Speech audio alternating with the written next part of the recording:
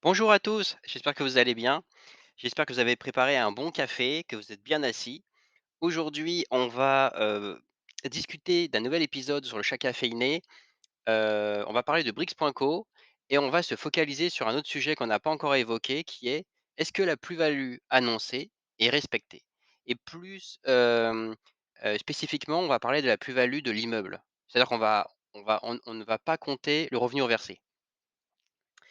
Alors pour ça, on va utiliser Power BI et on va utiliser, hem, on va faire une analyse sur 10 immeubles et en fait, il y a pas de surprise, hein, ce sont les 10 immeubles les plus anciens, puisqu'on a, plus de données. Puisque sur les nouveaux immeubles, ça fait moins d'un an, donc il y a pas forcément l'expertise qui a été faite, heu, donc il faut laisser, du temps au temps.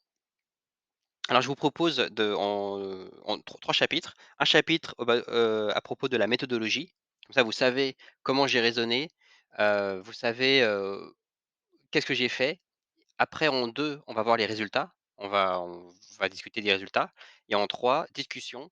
Heu, on va essayer de commenter ces résultats et aussi après, prendre plus de hauteur, hem, par rapport à ce sujet de plus-value sur les immeubles annoncés respectés.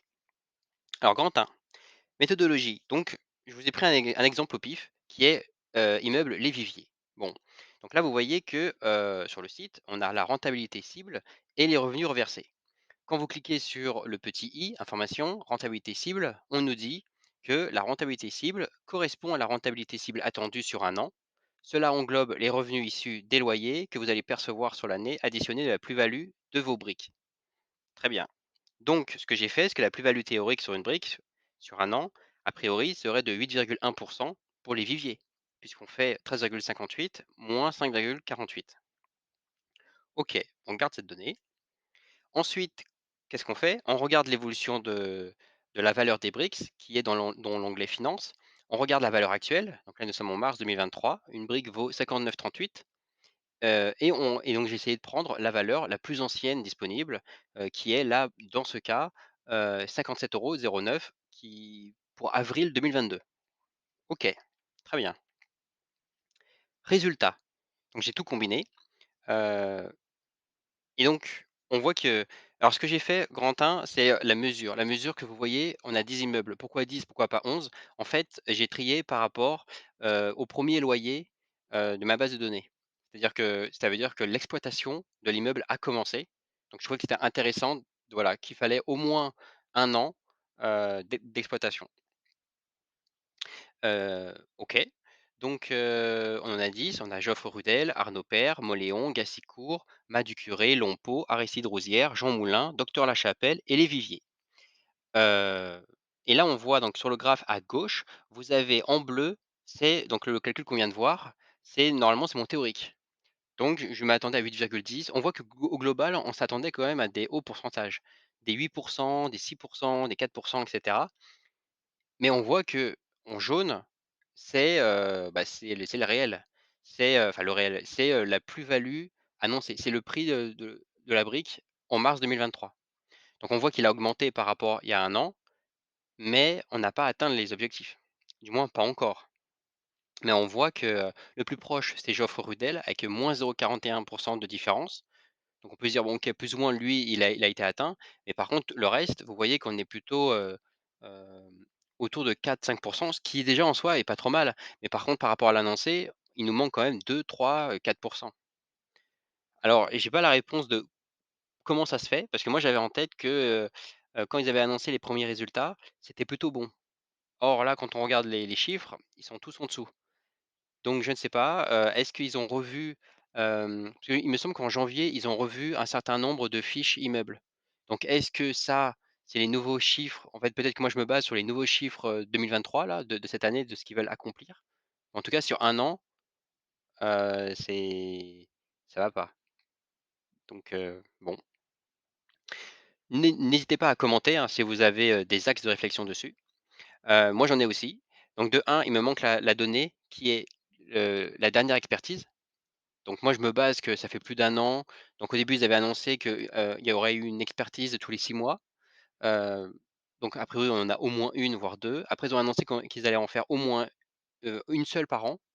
Donc je ne sais pas si elle a été faite ou pas faite et du coup, ça, c'est une donnée importante Parce que, là, le prix de la brique augmente, mais peut-être que, c'est le prix de la brique, dû au crédit. Parce que vous savez que là, je me base sur les 10 premiers immeubles. Les 10 premiers immeubles ont été financés à crédit. Donc ça veut dire que même sans rien faire, même sans expertise, le prix de la brique augmente au cours du temps. Donc c'est peut-être ce qu'on voit là, à l'heure actuelle. On n'a pas l'expertise. Donc bon, peut-être, hein.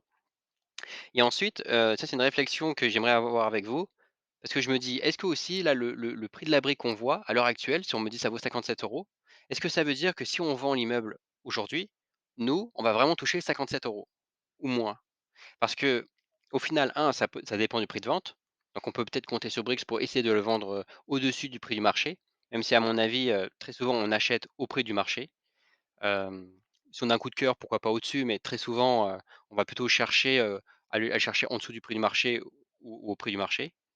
Et puis, il y a une commission Brix. Vous savez que quand on achète un immeuble, Brix prend 10. Quand ils le vendent, ils prennent aussi une commission de 10, il me semble, de mémoire. Et puis il y a les taxes. Je me demande s'il n'y a pas des taxes, peut-être de plus-value ou je ne sais pas, qui ferait que, finalement on le vend au prix du marché, qui correspond à l'expertise, donc qui correspond peut-être à 57 € par brique. Et si on enlève les taxes, la commission Brix et cetera, si c'est pas déjà déduit, en fait, bah, on a beaucoup moins au final. Heu, donc c'est voilà, c'est ma réflexion. Ensuite, n'oubliez pas qu'il y a la loi de l'offre et de la demande. C'est-à-dire que même si je prends un immeuble, là j'ai pris au pif, hein, immeuble Docteur Jenner. Bon là, on voit que, si cet immeuble m'intéresse, bon, il m'intéresse pas spécialement, mais imaginons qu'il m'intéresse, à l'heure actuelle, là, le 22 mars, on voit qu'il est très facile, 22 mars, 21 mars, excusez-moi, on voit qu'il est très facile de trouver plusieurs offres à -4,3 -2,2 du prix estimé. Donc vous voyez, n'oubliez pas ça parce que et là, si vous vous mettez du côté vendeur, n'oubliez pas qu'il y a la commission Brix. Donc ça veut dire que lui, il le vend -4,3 plus 3. Ça veut dire qu'il perd, 7 virgule 3 de son investissement, par rapport au prix estimé. Donc voilà, n'oubliez pas ça. Ensuite, gardez ça aussi en tête, j'ai essayé de faire un petit schéma, c'est que, vous avez toujours alors ce qu'on espère, hein, Brix va continuer de nous proposer des nouvelles opportunités. Donc ce qui va se passer, c'est qu'à l'heure actuelle, si vous à T0, vous avez un prix de la brique. Le prix de la brique vaut 10 €. Cet immeuble est à 6. Imaginons. Après, au bout de, je sais pas, 5 ans, le prix de la brique est à 20 €. Génial. Mais n'oubliez pas que le revenu reversé, du coup, si on n'augmente pas le loyer, en fait, il sera diminué. Enfin, comment dire? Vous avez le même revenu reversé, mais le prix de la brique, c'est plus élevé. Donc vous, ça ne change rien pour vous. Vous l'avez payé 10 € votre brique, donc vous êtes toujours à 6. Mais par contre, moi, par exemple, si je veux acheter vos briques, comme je n'achète pas vos briques à 10 € mais à 20 €, ça fait que moi, ma vraie rentabilité est à 3. Et bon, très bien, mais si on compare ça versus une nouvelle opportunité, moi, si je suis acheteur, bah, peut-être que je vais pas être très intéressé par acheter un immeuble que il y a 5 ans qui est à 3, alors qu'il y a une nouvelle opportunité. Là, par exemple, j'ai pris au pif, hein, «Ah tiens, immeuble General Stroll, 8, OK super, reverser 6. Peut-être que vous voyez, là, en tant qu'acheteur, à l'heure actuelle, je vais peut-être me dire: «Ah ça, je préfère ça que plutôt un ancien». Donc au final, ça voudrait dire que, alors moi je suis pas, comment dire, peur, hein, j'ai pas peur, je sais que, quand, un de ces 4, ils vont vendre l'immeuble et lorsqu'ils vont vendre l'immeuble, on va récupérer, nos sous. Mais il y a très peu de liquidité, je dirais. Donc voilà pourquoi, alors c'est personnel, hein, mais c'est ma position, c'est pourquoi moi la plus-value annoncée, je me base pas trop dessus. Parce que pour moi, ça dépend de tellement de facteurs, de l'expertise, du temps, du marché et cetera, que je préfère de un tien vaut mieux que 2 tu l'auras et du coup, je me base sur les revenus reversés. Est-ce que c'est respecté? Oui, non et du coup, si c'est respecté, j'ai même confiance par rapport, à la rentabilité cible totale. Mais si l'un n'est pas respecté, je me dis qu'au global, heu, c'est peut-être pas respecté. Donc, comme vous le savez, Brix.co est une start-up et c'est très récent. Donc, on va voir avec le temps. Par contre, voilà, je voulais partager avec vous ces résultats puisque, personnellement, j'ai été quand même assez étonné de voir que, on n'était pas la cible. Donc n'hésitez pas à commenter si, vous avez d'autres données, si vous pensez que c'est peut-être, le temps. Moi, j'ai pris 1 an, an pour an, mais peut-être que je sais pas, Il faut prendre plus longtemps, peut-être que de toute façon ça, cette analyse, je peux vous la reproposer, d'ici 3 mois, d'ici 6 mois, sur plus d'immeubles, on pour voir ce que ça donne, hein.